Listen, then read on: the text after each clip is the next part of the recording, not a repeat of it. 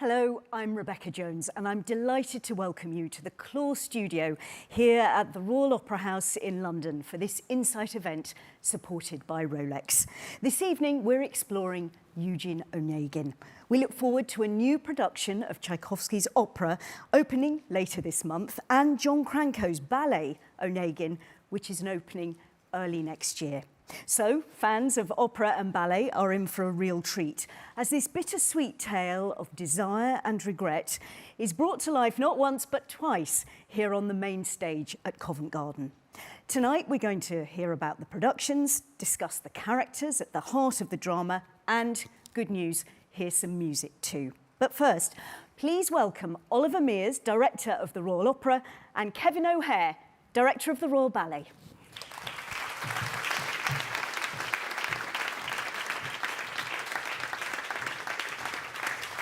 Ollie, Kevin, thank you so much for joining us at the beginning of a season. I know it's a very busy time, and not only are you launching a new season, you're launching a new name, Royal Ballet and Opera. Kevin, why change the name now, after what, 80 years? Yes, it's been a long time coming, but I'm very happy about it. I think both Ollie and I feel the same about this. We'll come to that. Is that it's saying what we do in this house. You know, we're two great companies working as partners, doing the same thing but in different art forms, and it just really represents what we are. And I have to say, now that we have the flags outside, it does make my heart skip a jump when I see it, and just see it, because it's really what we are. We're two equals in this wonderful building. Ollie, is your heart skipping a jump too? Absolutely, every day. I think that someone put it very well when they said that the Royal Opera House is where we work, but it's not actually what we do. And I think that's something that we both talked about as being important, in that we represent the fact that we do opera and ballet. And we were surprised the level of misunderstanding or incomprehension that actually ballet happens in this building as well. And we take it for granted because we work here, and I'm sure all of you know that very, very well. But for people who are maybe new to either of the art forms, that's not the case, and that's what we wanted to make as clear as possible. And it's worth saying, isn't it, that the building remains the Royal Opera House. Yes. It's the name of the organisation that has changed. Yes. That won't change. And I think also that we perform across the country, in the cinemas, and across the world, and so that's what the company is now, the Royal Ballet and the Opera. And what are you hoping, Kevin, that the change of name will mean for the Royal Ballet? I think it's just a bigger awareness of where we are, where we're based, but also what we do, and our links with this great building as well. And for you, Ollie, what's it going to mean for the opera? Well, I think that it shows, as I say, that we are two companies in one building, and that we're always talking to each other, we're always collaborating, and that actually often the art forms feed each other as well. I mean, I try and go and see as many ballets as possible, and Kevin has been very supportive in that way as well. And I think the fact that we can now represent that in our name is a really positive thing. Okay, well, talking of collaborations, here we are, the beginning of a new season. We've got two productions of Onegin, Eugene Onegin. I mean, was this all part of a wider cunning plan, or was it a complete coincidence? This is where we didn't talk to each other, actually, and it just happened by accident. But no, it was a little bit of coincidence. But for us, the ballet is a very important ballet in the repertoire of the Royal Ballet, and so it hadn't been seen for quite a few years before COVID. And so, and then Ollie wanted to bring a new production onto the stage. Yeah. Why did you? Yeah, I mean, it is a new production, isn't it? Which is always a big thing. Why did you think now was the right time to bring it? Well, it was overdue. I mean, Eugene Onegin is one of the cornerstones of the repertoire. Yeah. And we hadn't done it for, I think, nearly the best part of a decade. And so we felt that it was important to present this piece with an outstanding cast of singers, of course, but also with a really fantastic creative team, one of whom hasn't worked here before, Ted Huffman, who's the director you'll be hearing from later. We're going to meet I think him it's later, a perfect piece for him. Yeah. And as always with opera, and probably with ballet as well, it's horses for courses. You want to do the pieces that can be best represented here by the best people. And Pushkin's verse novel, Kevin, which inspired the ballet and the opera, has lent itself to so many different artistic interpretations. What does it offer ballet, though, in particular? I think it's, particularly for us at the Royal Ballet, it offers this chance to delve into the character. That's what we love to do. We love to find the nuances within the different characters within the story. Interestingly, that Cranko actually worked on the opera, And that's what inspired him before actually reading the Pushkin. It was the opera that inspired him. He was choreographing dances for it, wasn't he? 10 years before. And then when he took over Stuttgart Ballet, he thought this would be a perfect vehicle for the dancers then. And I feel it's a perfect vehicle for our dancers now. Yeah, it's worth saying though, isn't it, although the stories are broadly similar, the music is different. So you've got Tchaikovsky's score for the opera, but the ballet uses Tchaikovsky music, but different music. Yes. Why? Yes. I think probably to go away a little bit from the opera, so it wouldn't be a direct comparison, and feeling maybe the music, the Tchaikovsky that he found really drove the story for the ballet better than the opera without the words, which is so fantastic. Yeah. Why do you think it's such a timeless story? Why do you think we keep returning to it? Well, I mean, like all the great operas, it's got all the key components, hasn't it? First of all, it's got this extraordinary lyrical music. I mean, in some ways, it's the epitome of lush romanticism, and there are so many wonderful tunes, melodies throughout. And then, of course, you've got these fantastic characters. You know, this rather young, naive girl in the countryside who falls in love with the sophisticated aesthete. And the collision between those two people represents many of the relationships that I'm sure we know about in terms of imbalance of status or power, and the naivety with which one approaches one's first love affair. Yeah. And I think that expresses that very, very poignantly and painfully and truthfully. Yeah, because they do diverge, don't they, slightly in the telling of the story, Kevin? Yes, they do. Yeah. And I think what Kranker managed to do was draw out, of course, the romanticism of the young couple, Yeah. really, Olga and Lenski, and then sort of the juxtaposition between that and then Tatiana's relationship with Onegin. And for us in the ballet, actually, what's extraordinary is we don't very often have those roles for a secondary couple. And so I know you're going to be talking later to Yasmin and Matthew, and both of those have played both roles. And so that's, well, Matthew's doing it for the first time. He's making his debut as Onegin, but he was a great Lenski. And so it's wonderful to have that progression within a ballet, within a company, and that's sort of why you're in a big company like the Royal Ballet, is to delve into those roles and treat each one differently. Yeah. Just a final thought. I've been very struck as I arrived here today. People are almost wishing each other Happy New Year. It's like the beginning of the new school term, the beginning of the season. What's that like for you both? I mean, it's exciting, I'm sure, but how nerve-wracking is it? It's all ahead of you. I wouldn't say it's nerve-wracking, but certainly at the end of the season, when we've been going pretty much since the beginning of the previous August through to the very end of July, at the end of July, everyone is completely exhausted. You've gone on holiday, but anyway. But certainly in the opera company, it's a time when people are really feeling like they need to go on holiday. But then a few weeks off, a chance to recharge the batteries, Yeah. and we're straight back into it with what, 4 productions if you count the show in the Limbury, which I'm directing, the Bernstein project. So it's there's so many things going on in the building, so many rehearsals, so many different people, some new people, and that's really exciting. And so that energy that you get at the beginning of the new season is rather similar to going to school, a new school or something like that, which is lovely. Yeah, Actually. except you're getting to meet your old friends, I guess. Yes, there's definitely some of those. You're around as feeling well. the energy? Yes, we came back a week earlier than we normally do because Alice is such a big production. We really wanted to Alice's Adventures in Wonderland, yeah. by Christopher Wheel, and that opens our season. We've got the Mad Hatters, which we produce by Kate Prince's Zoo Nation, downstairs tomorrow, and then Mad Adam comes, which is the new Wayne McGregor piece, and then a contemporary program as well. So we had 3 weeks of gentle rehearsals, and now we're full in with everybody in the building. So yeah, it's back to normal. Oh, it's so exciting. It's wonderful to have you both here. Thank you for taking the time at the beginning of the season. Please welcome and thank Oliver Mears and Kevin O'Hare. Thank you both. Thank you.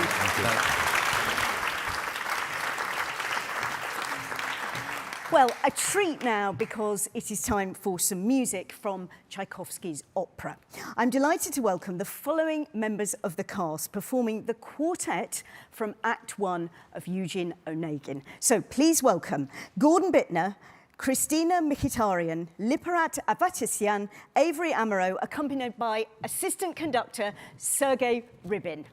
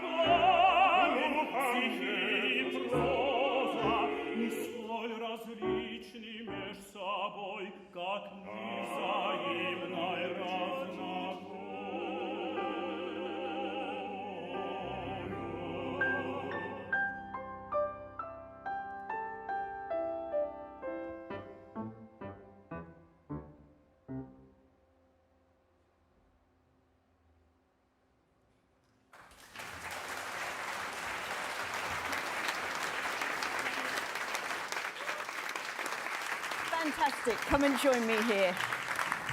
Thank you so much, because I know you're in the middle of rehearsals, and that was a glorious way to start. I wonder if we might just start by you just introducing yourselves and telling us the part you're playing. So, Gordon, why don't I start with you? Yeah, I'm Gordon Bintner, and I'll sing Onegin.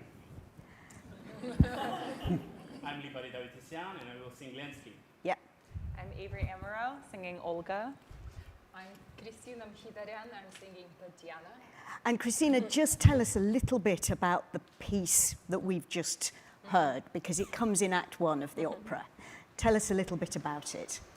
I should say that Tatiana, she's so romantic. She likes to read a book about love stories and romantic novels, and she's just waiting when her love is coming. Yeah. And the first guy who it's Onegin. Yes. And she said immediately, like, yes, I saw him. He will be my One and only. yeah, Yes. one and only. And it's fair to say, Gordon, that your character doesn't feel exactly the same way. Well, I'm just trying to figure out who's who. So I'm saying. We're all having completely different lines of thought. I'm trying to say what it's about, because everyone's saying something different. Oh, Yeah. interesting. That's it. Yeah. Okay. I'm just meeting them, and I'm saying, sort of saying, so which one's Tatiana, right? And then I talk a bit about Olga in a not so favorable way. And I try to introduce Yeah. the girls, Yeah. for my friends. Because it's worth saying that your two characters are friends, and your two characters, Olga Sisters. and Tatiana, are sisters. sisters. And these are the four characters at the heart of the opera. We'll look a bit more into the characters in a moment. But first of all, you're in the middle of rehearsals. Gordon, how's it going? Yeah, really well. Yeah. Yeah? It's a lovely, lovely, lovely group of singers and the whole artistic team and, well, everyone in the room. We're just having a really good time and excited to bring Onegin to Royal Opera, but in a fresh, new way. Yeah. We're absolutely enjoying every moment, rehearsal moment. Yes. That's great. It's very intense, and also too many dancings, It's amazing, to practice some new dance. Yes. And Avery, it's your Royal Opera House debut on the main stage. Many congratulations. Thank you. How are you finding the work? Yes, Yeah. indeed. I agree. How are you finding it? It's just great. I mean, everyone from the security guards to the people making in the cafe, I mean, everyone is so nice and lovely. Yeah. I've been particularly taken with the costumes. I find I have 6 changes, I think, and each one custom made and just gorgeous. And then, it's been very nice to have a director and a music director, a conductor, who are both like I find very interesting and good, and like I've been really enjoying that dynamic of it. That just everyone is very there's not a lot of ego in the room, so we get a lot done in a way that's like feels comfortable and fun and makes sense for everyone. Brilliant. That's right. Well, you're all obviously having fun, so that's good. We're pleased about that. Let's talk a little bit more about the characters. Gordon, I know you have played Onegin before. I think this is the third time you've played him. When you return to a role, do you start with a blank sheet of paper? How difficult is that? I mean, I wouldn't say blank, but I'm always looking for more details, more nuance. What can I bring to it that I maybe haven't thought of before? I will say, just in rereading the Pushkin, you're sort of unearthing little details that maybe you missed the first time or the second time. And there's just so much there. So you've gone back to Pushkin's original verse novel, have you? All of you? Yes. Yeah, interesting. Okay. And it really offers a depth and a dimension to the character that if we just approach the score and the opera and the libretto, we're maybe missing what's really at the heart of these characters, because they have a whole history. Yeah. So what has happened to Onegin before the opera even starts? What has he been through? Where do we find him? Yeah. And then where does he end up? And in the original novel in verse, particularly in the end, we get so much really rich detail about it. I'll speak to Onegin. So much that you can't know in just reading the opera. Yeah. And so this is so useful to me, and this is what I can bring to the character, and hopefully sort of offer a perspective that has depth and history to it. So, oh, that's so fascinating. Yeah. Christina, you're nodding in agreement. I mean, although the opera is called Eugene Onegin, in many ways it feels to me that, no disrespect, Gordon, but that Tatiana is the sort of beating heart of the opera, and she's certainly the character whose character really evolves in the course of the opera, isn't she? How is she to play? For me, Tatiana, it's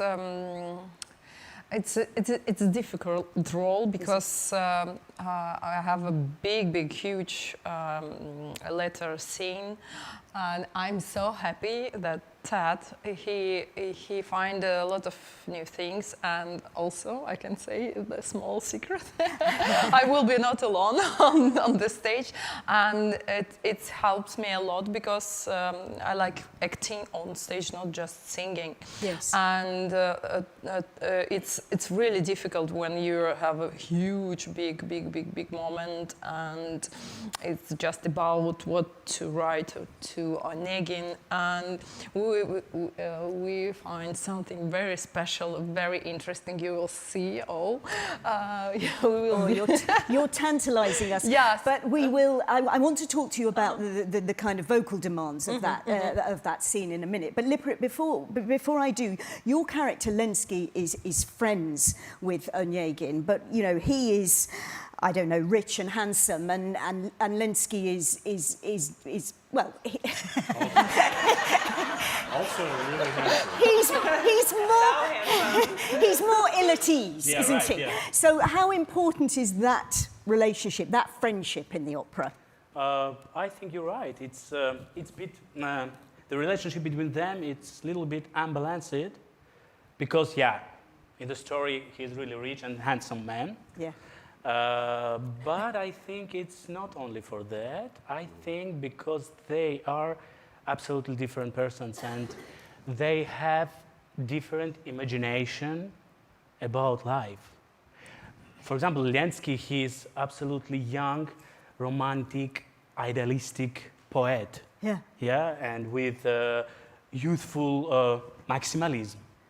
So that's why I think that's the difference between them, isn't it? Yeah. Whereas, by contrast, Yeah. Onegin is sort of world weary. He's lived his life. He's done it all. Like Tatiana and Olga. Yes. They Yeah. are so different. This is it. So, but we have a beautiful, beautiful friendship and history together. We've been through it all. Hours and hours and hours discussing things. Again, this is what we're finding in the Pushkin, not necessarily in the opera, but really we're the best of friends. Yeah. And so Interesting. yeah. Avery, I mean, in many ways, I suppose people coming to the opera think about the relationship between Tatiana and Onegin, but actually the relationship between the two sisters is really key in this opera as well, isn't it? Yeah, especially in this production. I This think. production. Okay. You're tantalising us again, but No, it's been beautiful. It's been beautiful to see like how much more you can do. yeah, With some, some fresh direction. yeah. And vocally, how are you finding it? I mean, for me, it's low stuff is quite natural. So this was the first role I ever did, actually. Oh, really? Yeah, Where? at school. Wow.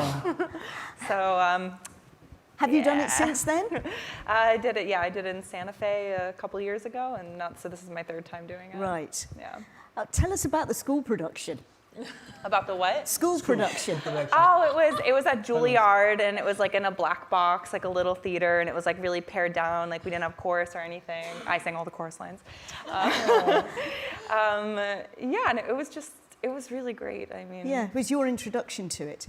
it was. Yeah. So whenever I hear like the opening chords of like the overture, I'm like, I just remember like it's so special. It's a really special opera to me. Yeah. How interesting. Tell us about the vocal demands of Onegin. Yeah, sure. Gosh, it's a big one. Yeah, it is demanding, not only vocally but emotionally. In the final scene and a bit before, it has its moments where it really requires you to balance your emotions, your heart rate, Right. and what you're pouring out, and the emotions that are swirling and flowing out of you. It's a bit of a balancing act between what you're emoting and the demands that you need to execute vocally. Yeah. But at the same time, Tchaikovsky's composed it such that it all complements each other. It's built for you to succeed, because if you follow the text and the impulse of the music, you'll be in good hands. So it is demanding, but it's also like a real treat to sing. Yeah. Fantastic. Tatiana, you mentioned the letter scene, the famous letter scene where Tatiana pours out her feelings for Onegin. What is that like to sing? Actually, Tatiana, for me, it's the first lyric role, because my voice was a little bit higher before, and when I tried this role first time, like 4 years ago, I said, oh no, it's too early, I will wait. And after 2 babies, after 2 pregnancy, I just, okay, I will try. I start singing and like, oh, okay, I'm ready now. So was it that you were emotionally ready, or has your voice actually changed? Vocally, and voice has changed, because Tatiana, whole role is in the middle. You should have a good middle and quite good high notes, but it's more about color at the middle, yes.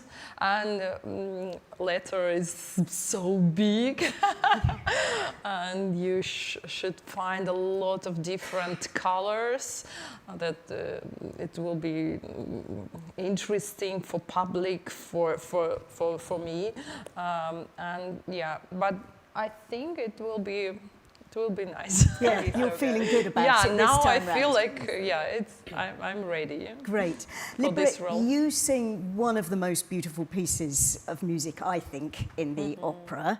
And if we're very lucky, we might get to hear a bit of it later on.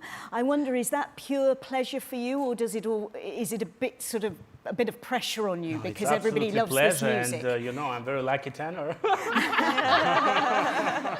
No, I'm just kidding. I think no. I think the full opera, it's absolutely iconic masterpiece by Tchaikovsky and great Pushkin. Yeah. So yeah, and this beautiful music, and I'm enjoying it.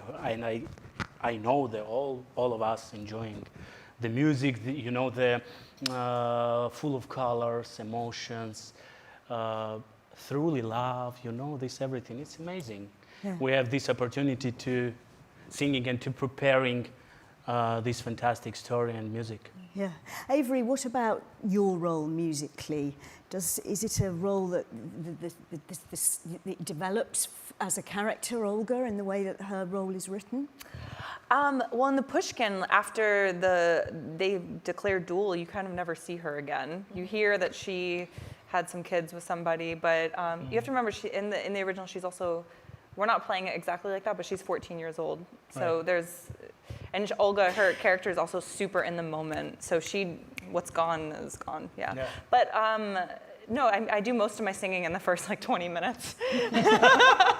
And then, so you've got to be ready right at the beginning. I have to do a huge dance and then sing my aria. So if you catch me on the side, but it's fun. No, it's so fun. And the way it sits is just kind of easy for my voice because I sit a bit lower naturally. So it feels very easy to sing. Yeah. And what's it like singing in the Russian language? Is that something you all find closer easy? to Italian than I would have thought. Wow. No, but really, yeah. No, it's true. No, but It's really nice. It's really nice. Yeah. And we have a really good team. Gordon, helping. are you feeling the same way? Yeah, it's a tough language to wrap your mind around, and the details are infinite. It's so detailed in how a consonant is either soft or hard, or these tiny little things that we don't have context for because our language, my maternal language does not contain specific sounds that are in the Russian language. Yeah. But we have a fabulous team of diction coaches and other coaches who speak Russian, and they're amazing. They're on us. They're correcting us really diligently, and so that we can really present Russian in its sort of truest form for those who are sitting in the audience. And we have some wonderful understand it. examples, so we learn with our ear. For me, it's really easy and naturally because the Russian, for me, is like the second language. Yeah. That's why I'm I lucky. have to say, I've interviewed a lot of singers and performers over the years. I've never met a group of people who are so happy, so smiley, and clearly get on so well, and having a lovely time. You really can't manufacture that. It's been absolutely wonderful to talk to you. Please don't go away, because I think you might be persuaded to sing for us a little later. But for now, thank you so much. Thank you. Thank you.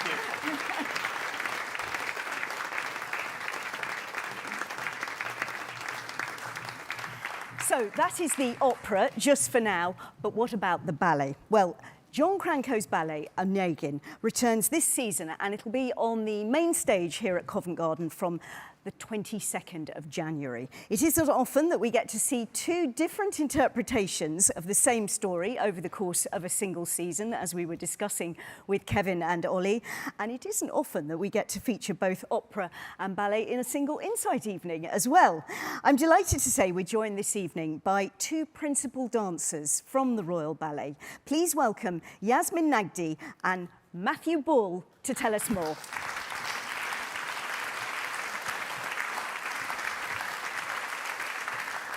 Oh, so nice to see you both. Thank you for coming in to chat to us. Matthew, we know that John Cranko was very inspired by the opera, but the ballet has a life all of its own, isn't it? And it does have, it diverges, doesn't it, in terms of the story. What can you tell us about the ballet? I think when we think of, especially the ballets associated with Tchaikovsky, we think of these kind of fairy tale stories with magical creatures and tutus and all that kind of sort of thing, whereas this is a really intense sort of romantic period drama, if you will, where you kind of have these more desperate emotions, more raw characters, and a kind of development along the narrative, which feels much more to sink your teeth into, really. I was going to say, it sounds meaty for a dancer. Exactly, yeah. Yeah. Yasmin, I know you've said, I think somewhere, it's your favourite ballet, is that correct? I might have said that a few times. Yeah, tell me why. I just feel like the role of Tatiana is it is a meaty role, and I love her character development throughout the 3 acts. She's never the same in any of the scenes, and I think there's such a beautiful marriage between the beauty of the music that just, you know, runs through your blood and, you know, the heartbreaking story of unattainable love. I feel like the characters just love each other at the wrong times, you know, and I think it could be a very relatable story, you know, that it's just wrong place, wrong time. So I love the character development, the music, it just works so brilliantly, and Cranko's choreography, it's timeless really, and I think, you know, it was made in 1965 if I'm not wrong, and it's still a beautiful ballet that we all love dancing and watching today. And I think Kevin touched on this, but it's worth reminding everybody who's watching. You two have played Olga and Lenski together. Yes. You have danced Tatiana. Matthew, you're making your debut as Onegin, but you're going to be dancing this together. Yeah. It's a challenging ballet, clearly, very challenging. Talk to me about some of the challenges and then tell me about the rewards. I mean, so far my experience in Lenski was actually one of my first opportunities to dance a leading or principal role, even though not the titular character sort of thing. But I feel like it was a really formative moment for me. I think I'd spent so long working hard to be the best dancer that I could be, that suddenly being thrown into this, you know, rich story full of, you know, historical kind of context and all that sort of thing, really felt like it offered a new opportunity to approach work. And I found it really interesting seeing how you could kind of lay these seeds of an idea of how Lenski was starting to get upset and a little bit more upset, and how he started to think about taking off his glove to challenge Onegin to a duel, but not just yet. And then also having the equivalent of Lenski's Aria on stage, a kind of soliloquy as a solo, was a real eye-opener, because it wasn't about the jumps, the turns, the spins. It was telling a story through lyrical and very difficult movement, in fact. Yeah. Lots of turns and stuff, which is perhaps some of the most difficult steps to control. But it really felt like a new way of approaching dance and allowing to speak from the perspective of a character rather than just as a dancer. And do you think, as you approach the role of Onegin, it's helped the fact you've played Lenski already? I would hope so. I mean, we haven't started working on the ballet just yet, but it's definitely been a dream role, you know, kind of throughout my career so far, and having watched many interpretations in the Royal Ballet. Like during a production, we'll have several people playing the role of Onegin. So I've seen over the years very many different interpretations, and I think that always helps to elaborate on some ideas that you'll want to take to the piece. But of course, not until you get into the studio or even on stage, you really start to find out who your version of the story is. Yeah, yeah. Yasmin, I wanted to read something to you which your fellow principal dancer, Marianela Nunes, has said. Onegin is one of those ballets that makes you grow as an artist.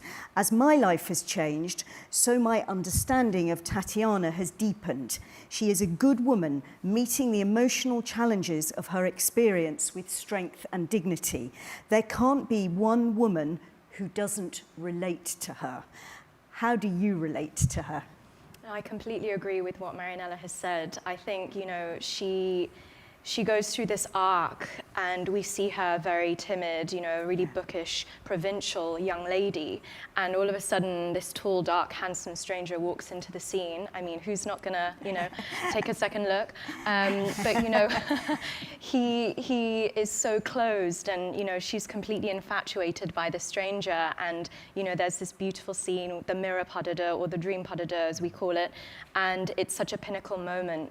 Which is when he sort of he appears exactly from the mirror, and yeah. it's her idea of who he is, and, you know, she sort of writes this love letter, but it's an extremely challenging pas de deux, and it's very intricate, and, you know, I like to imagine it like very delicate lace, and it is so important to have those strong foundations in the studio, and that's why all the dancers love this ballet so much, because you get so much satisfaction. It's kind of your ballet soul is soothed when you work on this ballet, because you reach new peaks. And Matthew and I have danced so many debuts together. You know, we did this, it was my first year as a soloist, I believe, and our first ballet that we dance together. So I feel like it's such a beautiful progression for us as artists to take on these roles together.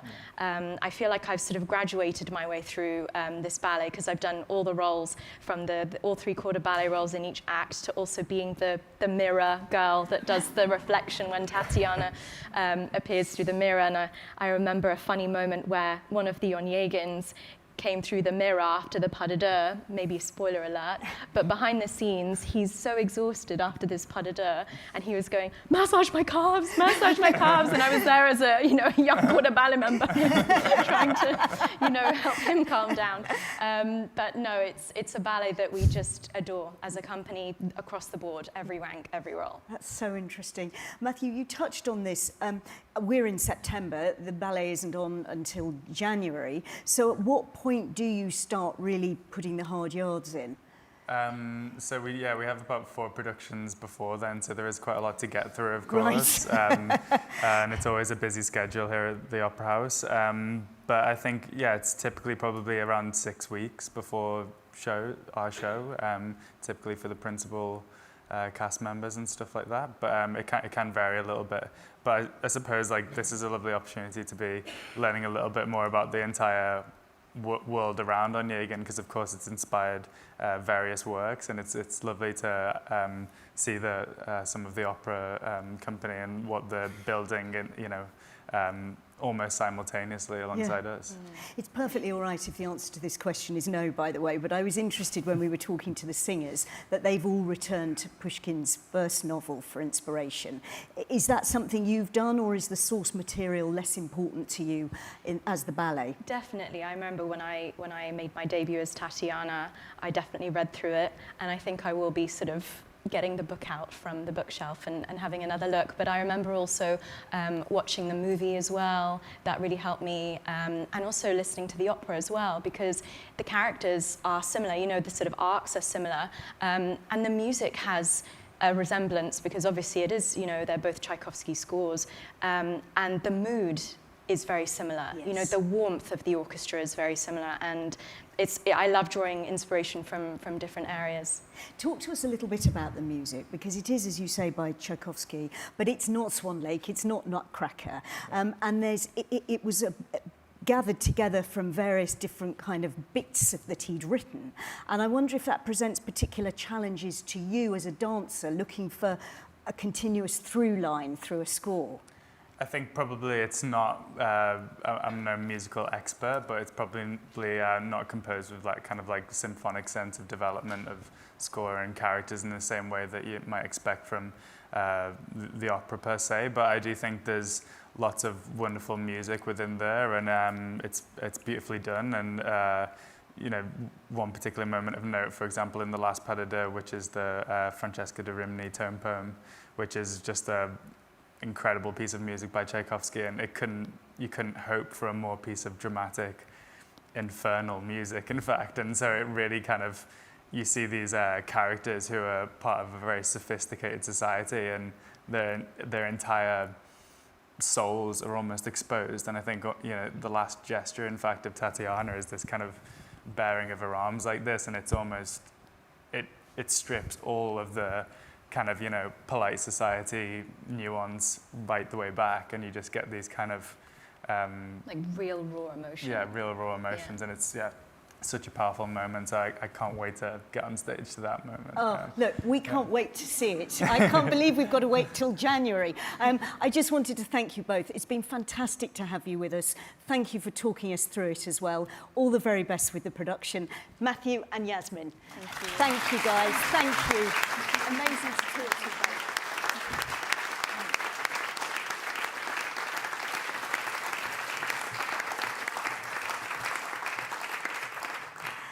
Well, let's return to the opera now, which is opening on the main stage here at Covent Garden on the 24th of September. And to tell us more about the new production, will you please welcome the director, Ted Huffman, and the conductor, Henrik Nanasi.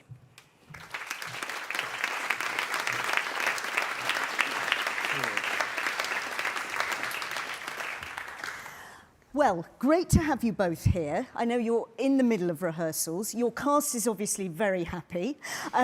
Ted, we've heard that they're happy. How is it all going for you? Yeah, great. If they're happy, I'm happy. No. Tell us about rehearsals. Really, Where are you really up to? fun, actually. Yeah. Yeah. Because, I mean, it's a wonderful cast, and they're really up for playing and exploring these characters, and so it's been a kind of blast in the room. So hopefully, the audience will get to share in that. And musical rehearsals, Henrik, how are they going? Very well. Yes. Also, I have started also with the orchestra, which is always a pleasure to come back here and to rehearse with them. And we're on a good way. We have fun. So, and you saw the cast. I mean, it's a very good energy all the way. So yeah. Ted, this is your directorial debut on the main stage. Congratulations, more applause, I think. Yes. Exciting, I'm sure. Is it daunting in any way, or are you well beyond that? No, it's just exciting to have this opportunity. Amazing feeling. I got to do a show here in 2016 produced by the Opera House, 448 Psychosis.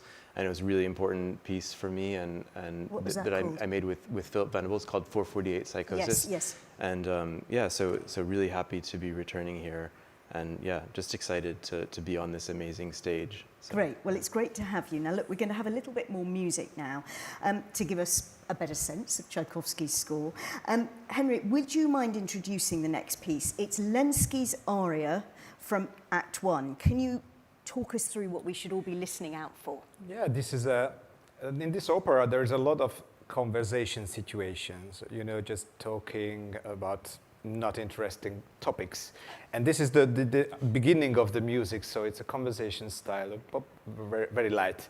And this is an everyday conversation between Lenski and Olga, and he comes every day in the Larina's house, and they're talking about, so it's a little bit a game between the two. Huh? She knows what he's starting with, and she knows that in the end he will say, I love you, I love you, I love you, I love you. So it starts very small conversation, and it becomes declaration of love of him. Huh? This is the situation, and in the end, Olga, we don't even realize that she starts singing with him, and she is completely lost and fall in love, probably for the 50th time with him. Yeah. So that's more or less the situation. Okay, fantastic. Well, look, please welcome Liparit, Avery, and Sergei.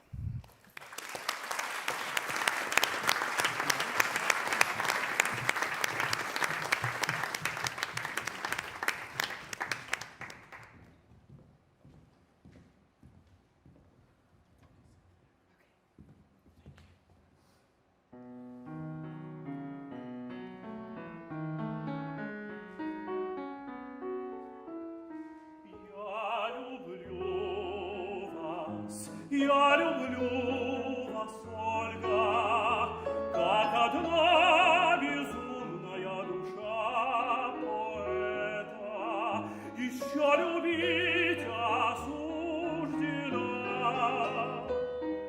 Всегда везде одно желание, одно привычное желание. Одна привычная печаль. Я, отрок, был тобой плененный, сердечных мук еще не знал. Я был свидетель умиленный твоих младенческих забав в тени хранительной дубравы.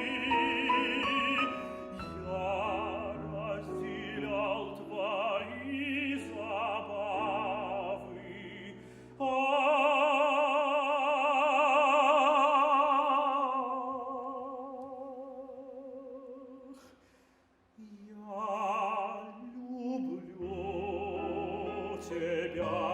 Я люблю тебя,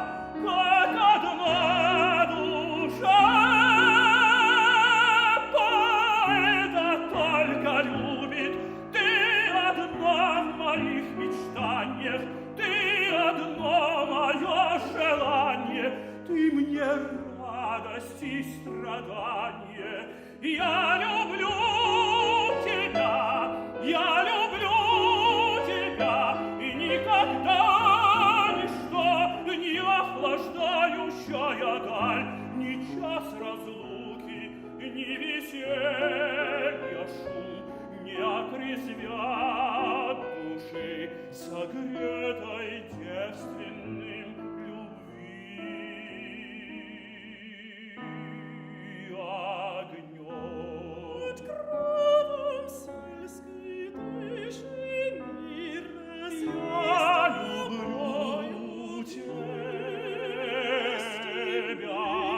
И помнишь прочие венцы, уж враг детстве нас тебя люблю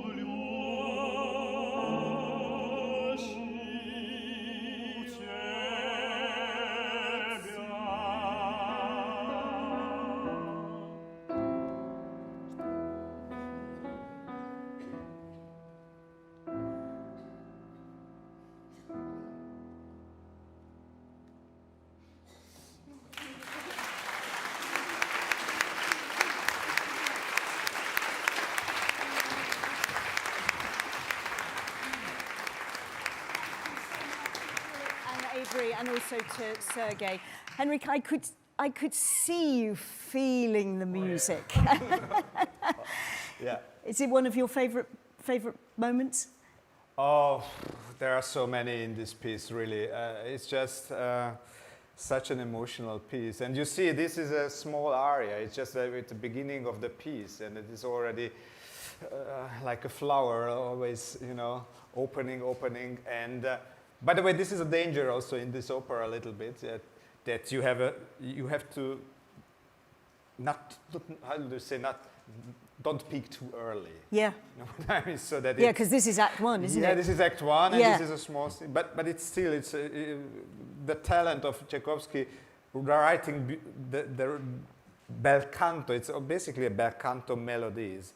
Is just second to none, really. Yeah. Ted, what are you looking for in singers performing these roles from a dramatic point of view? I think because these characters feel so real to me, I'm looking for them to create really complicated versions of these people, and for them to investigate all of their intentions and the reasons why they say the things they do. So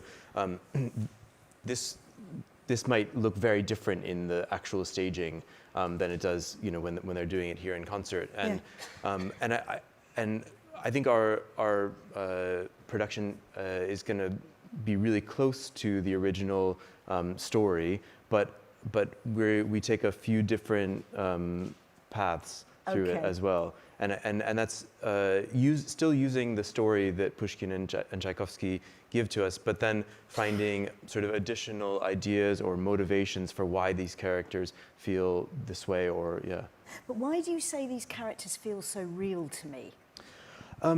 Because I think these characters, they're written in such an honest way, and they're all confused about their lives. They're all confused about who they love and why, and whether it can last. And I think they all feel the pressure of this society, which tells them, you know, you need to get married and you should do it soon, and then you should, you know, live the life that you're supposed to live. Yeah. And they all of them kind of, sort of collapse under that pressure, which is quite interesting, or in their own ways. Yeah. And so, it feels quite real. Yeah.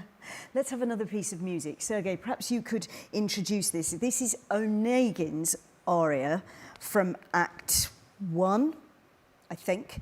Can you introduce it and tell us again what we should be listening out for? Yeah, I mean, this is a situation where Tatiana has written the letter, and she's awaiting him, and she's totally in panic. Okay. So she doesn't know. Was it the right decision? No. Ups and downs all the time. Then he arrives, and he is a little bit from above. So he's a little bit like Arrogant, but because he's very insecure himself. But he's still quite arrogant, and he says, "No, listen to me. You wrote a beautiful letter, great, but here is my answer." And he doesn't realize how much he hurts her, because she's very, very, very sensible soul at this moment, because she's very insecure, and he hurts her so much, and everything he's saying that if I would marry one day, I would take you, but I don't want to marry. So you would be the one, but you won't be that. This is his character.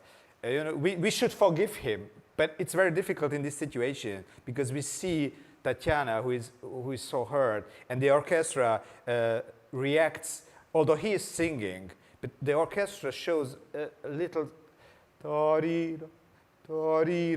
her music, what she is feeling during his singing. So it's a very, very kind of disturbing situation, though it's beautiful music you will see. Oh, Henrik, you've set that up for us so beautifully. Please welcome back Gordon, Christina and Sergei.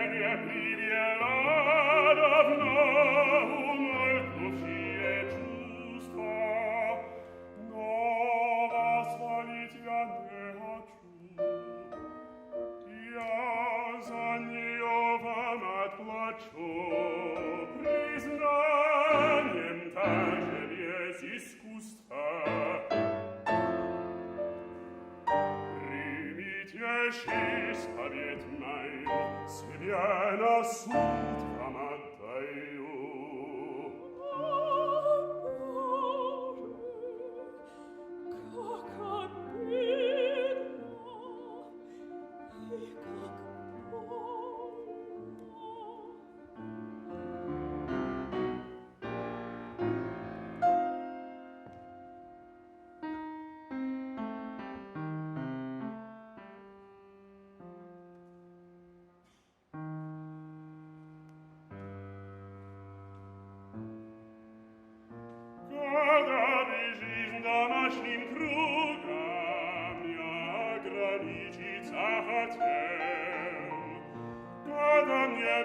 Zum Suprugam, riagnis revi paviliel, covierna promi fasa noi, ni viesti nihis Gallino.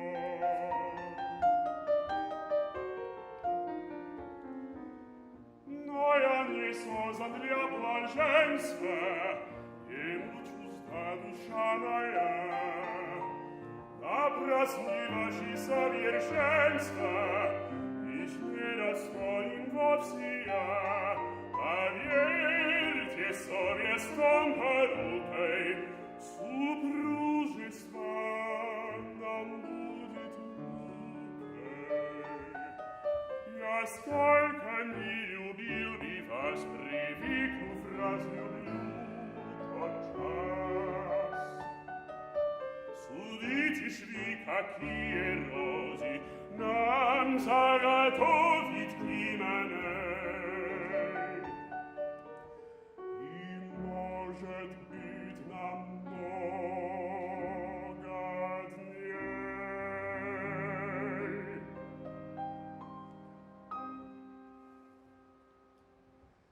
Нечто ли года нет возврата, ах, нет возврата, я люблю души моей, я вас люблю, любовью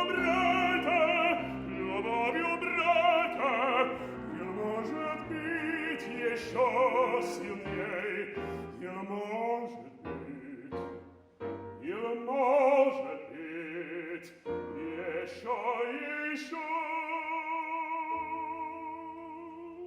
нежней. Послушайте ж меня, есть небо, снимит неразмарая дева. Нечто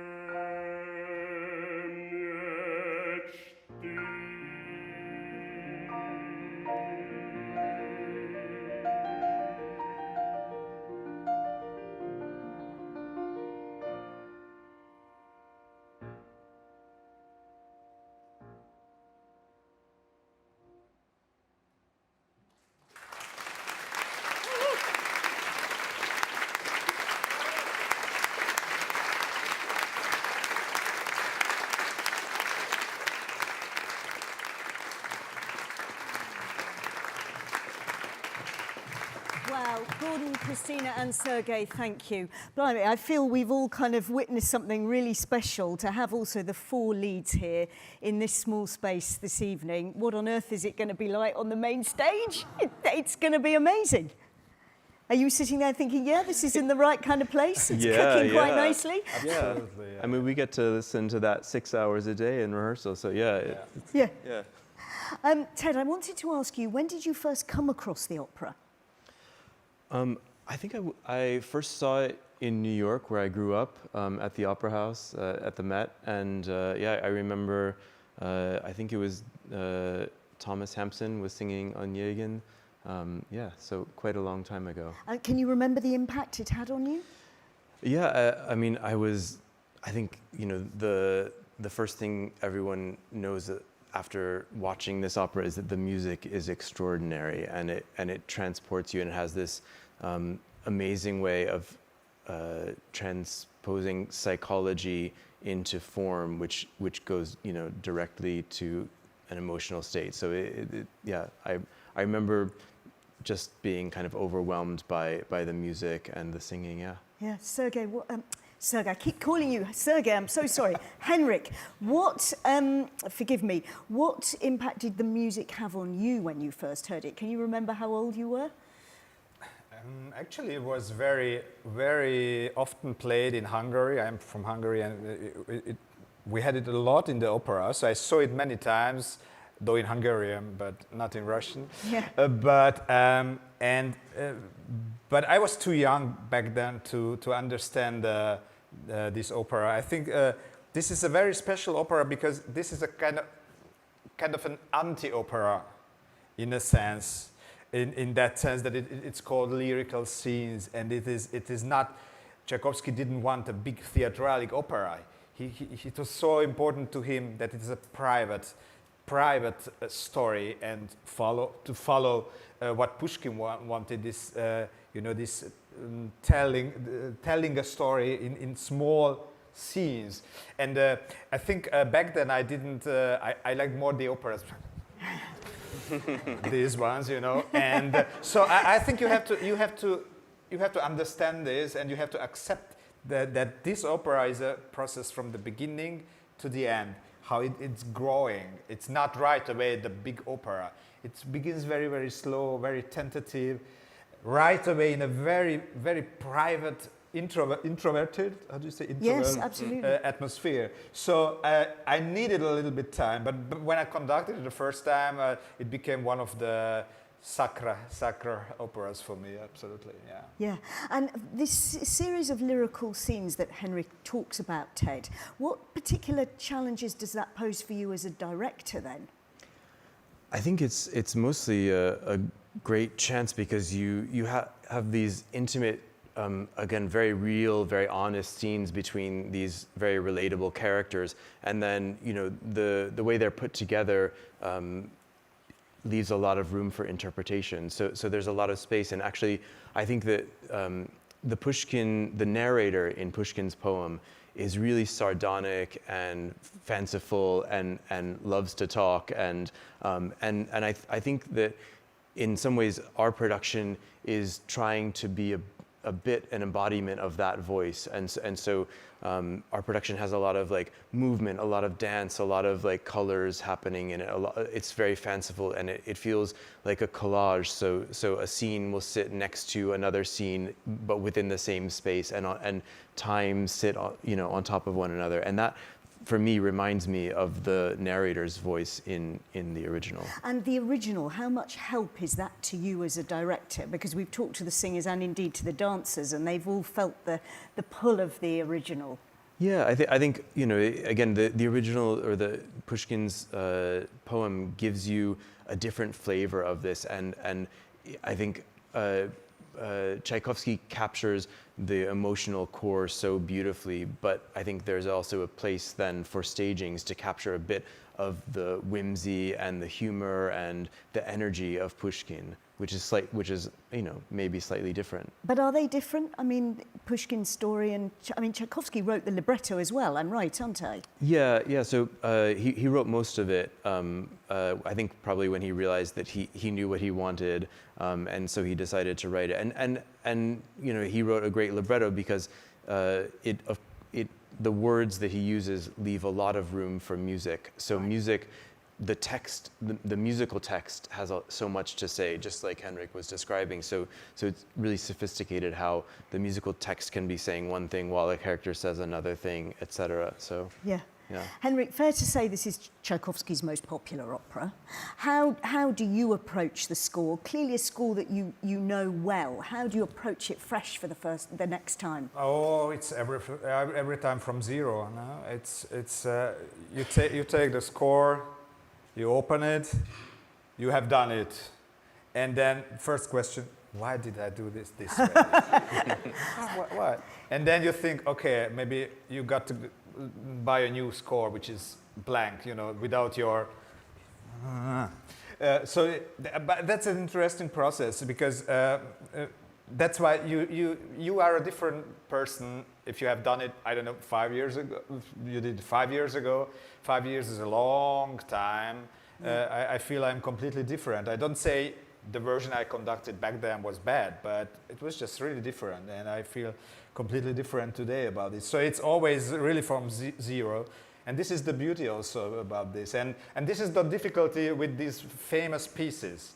You know, you do a Traviata, Rigoletto. Onegin is also very famous, and we all know this. The musicians know this. Everyone. So to really come to forget what we have done, what we know, and start to recreate the piece from how we are, because they are different singers, different soloists, different types, different orchestra here than where I did before. So and this is very interesting to kind of recreate this. Yeah, Ted, when you start work directing opera, I mean, how long in advance is it gestating in your mind? Usually a couple of years. So yeah, I think that's the normal timeline, is that a couple of years or maybe 3 years before I get asked to do it, and then about a year ahead of time we submit the designs for the sets and the costumes and things like that. So yeah, thinking about it for a while. So you've been living with this opera for a long time. What's that like? Are you listening to it all the time at home, or are you saying, no, enough Onegin? I think it's not necessary to hear all the time. All the time. Without listening to it. Yeah. Yeah, well now, yeah. No, I mean, I definitely, in order to get to know it, I walk home with my earphones in, and you know, and I think one of the challenges for this piece for me is as an English speaker who doesn't speak Russian, is also spending a lot of time with my score every morning, making sure I know what they're actually saying. So, which is an arduous. You have homework. Yeah, I do. I have lots of homework, but yeah. Henrik, are there any melodies or motifs that anybody coming to see the opera should particularly listen out for? I think it's already the beginning is so telling in this opera. I mean, if you have this, do we have time for this? Yeah. We'll make time. Look, I mean, how can somebody be so exact and write down in 2 bars actually the whole story of the opera?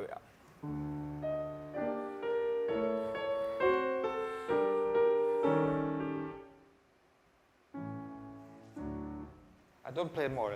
This is already tells the whole story. Yeah. We have a little bit of I don't say boring life, but this is Tatiana's music. She is in this.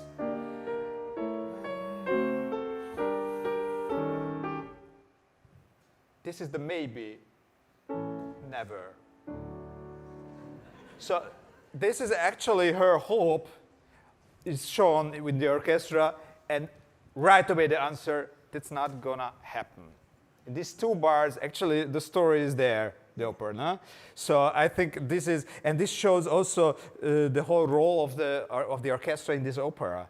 This is different from other Tchaikovsky operas. Here in this opera, the orchestra plays a huge active role in illustrating all the situations, all the feelings. So if the singer doesn't say anything or doesn't sing anything, the orchestra says it, or the orchestra, or the orchestra maybe asks something. Yeah. Then we think, aha, this is maybe what's going on inside in a person. So the orchestra has a very, very active role in forming the characters, which is very unique. So it's not just accompany and great colors, which are there in this Tchaikovsky, full range and great orchestration. But it's so delicate. It's so exact in the characters, yeah. Even in the orchestra. So it's great. Great. So we know what to listen out for. Ted, what are you going to tell us about what we're going to see on stage? What can you tell us? Well, yeah, I want it to be a surprise, but again, like I said, we've made a stage that is sort of a representation of memory. So it's a lot about people looking back on events and thinking, you know, how could they have done them differently, and reliving them. And I think, you know, it's something that we all do. We all, in our memories, go back to events, things that haunt us, things that we can't forget. So the stage is really that. So we don't put it in a very specific place or time.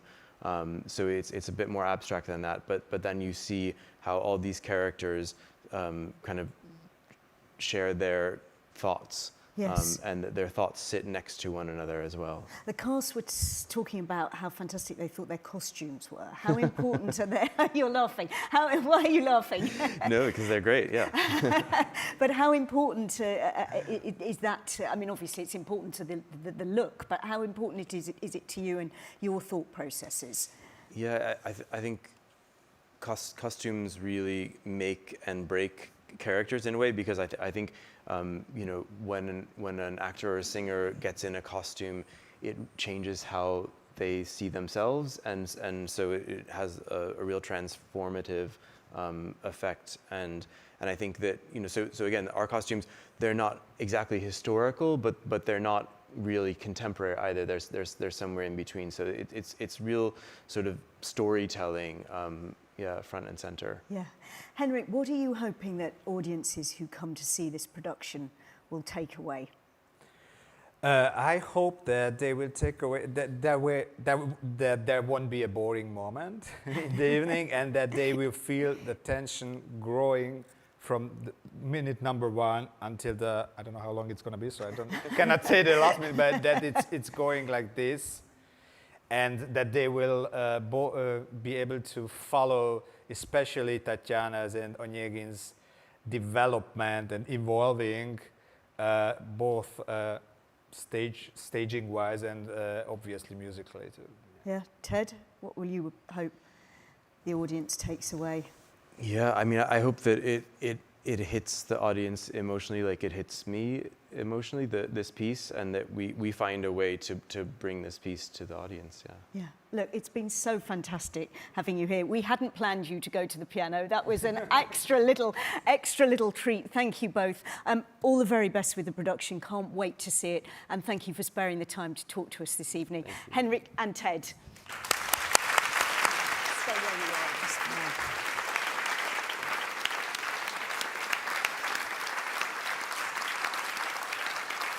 Well, that's it for tonight's Insight. Unfortunately, time the old enemy has crept up on us once again. But you can see Eugene Onegin on the main stage here at the Royal Opera House from the 24th of September. And please visit the website for tickets. It just remains for me to thank all our guests. What wonderful guests we've had tonight. To thank everybody who has been here in the room with us at the Claw Studio. To thank everybody watching online from around the world. It's been a pleasure to have you all with us tonight for this Insight supported by Rolex. From me, until the next time, bye-bye.